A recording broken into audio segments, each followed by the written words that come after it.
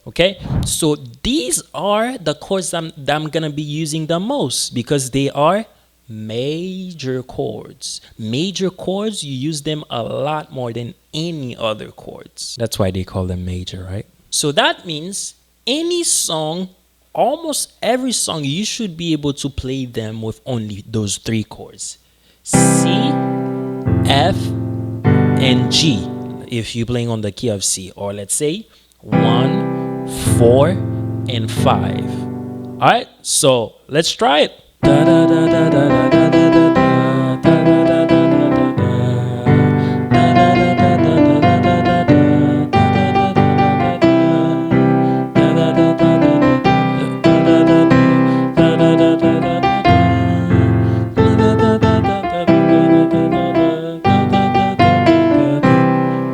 I just played the whole verse with these these three chords alone. Any song you should be able to play with these four chords. Like, we might Jesus,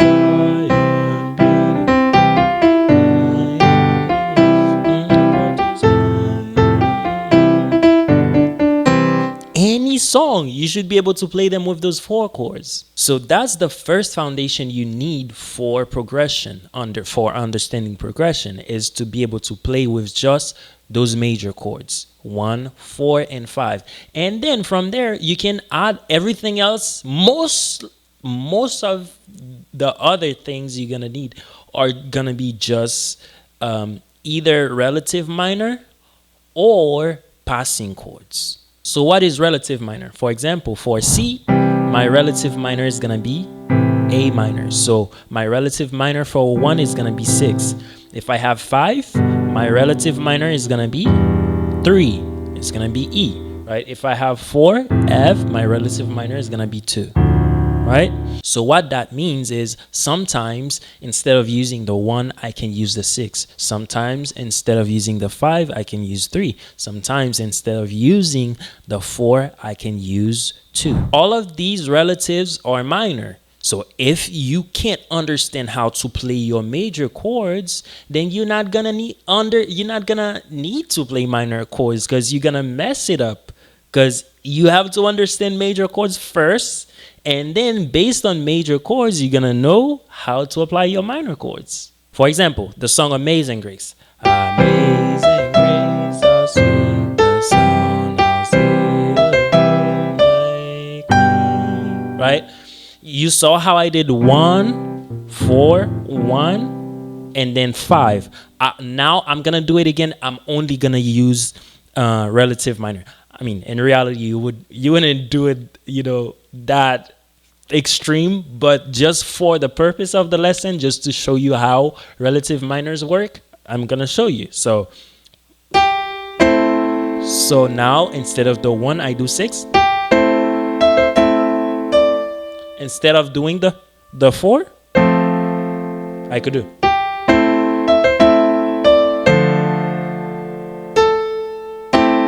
Instead of the 1,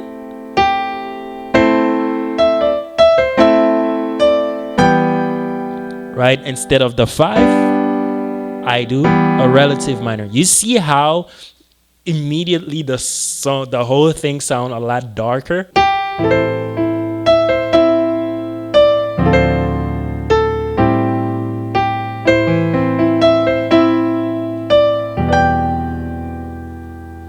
See how the whole thing sounds dark all of a sudden? So instead of using majors, I use minor. Now, instead of doing the whole thing just major or minor, I could mix them together. For example, I could do.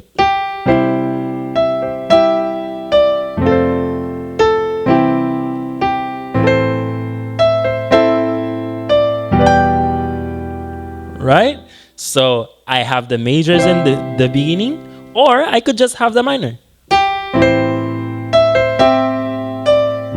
Major, minor, major again, minor, major. All right, so you can mix them together. So now once you understand your foundation, how to use your major, and then it's gonna help you understand your minor. And once you understand how to use the minors, you can mix them together.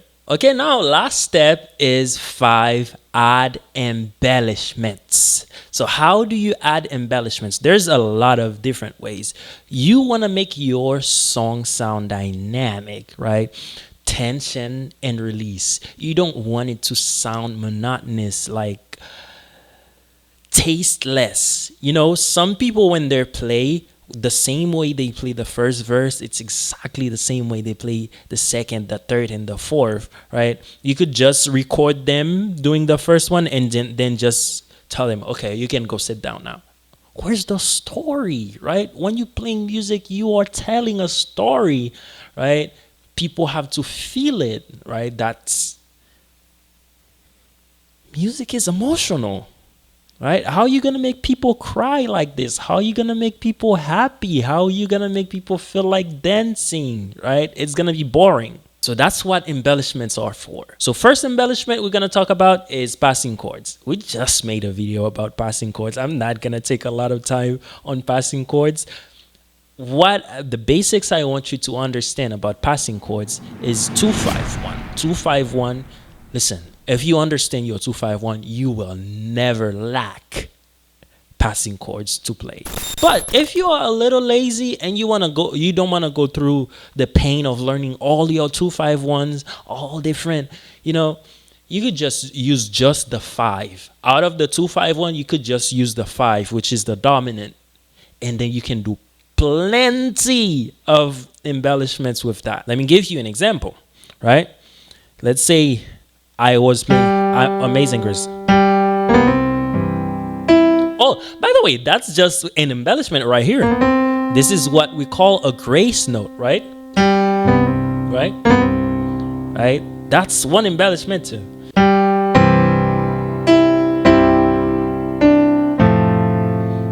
Right? Instead of just going from the C to the F like this, you can add a dominant, right? Turn the 5 into a dominant, right?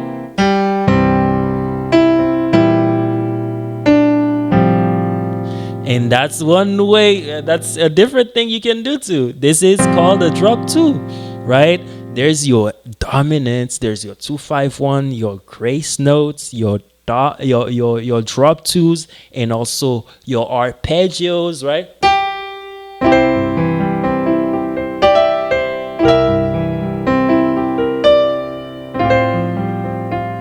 Right, so this is what we call arpeggio, where you don't just play like all the notes like this, but you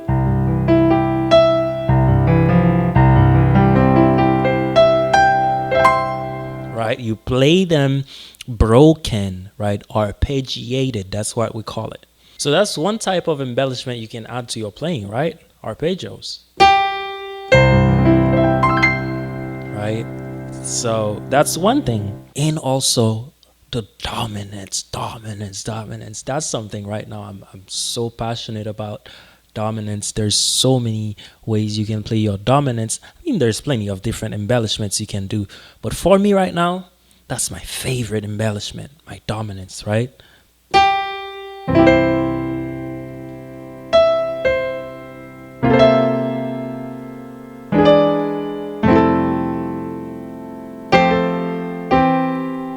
Right? Different kinds of embellishment. Right?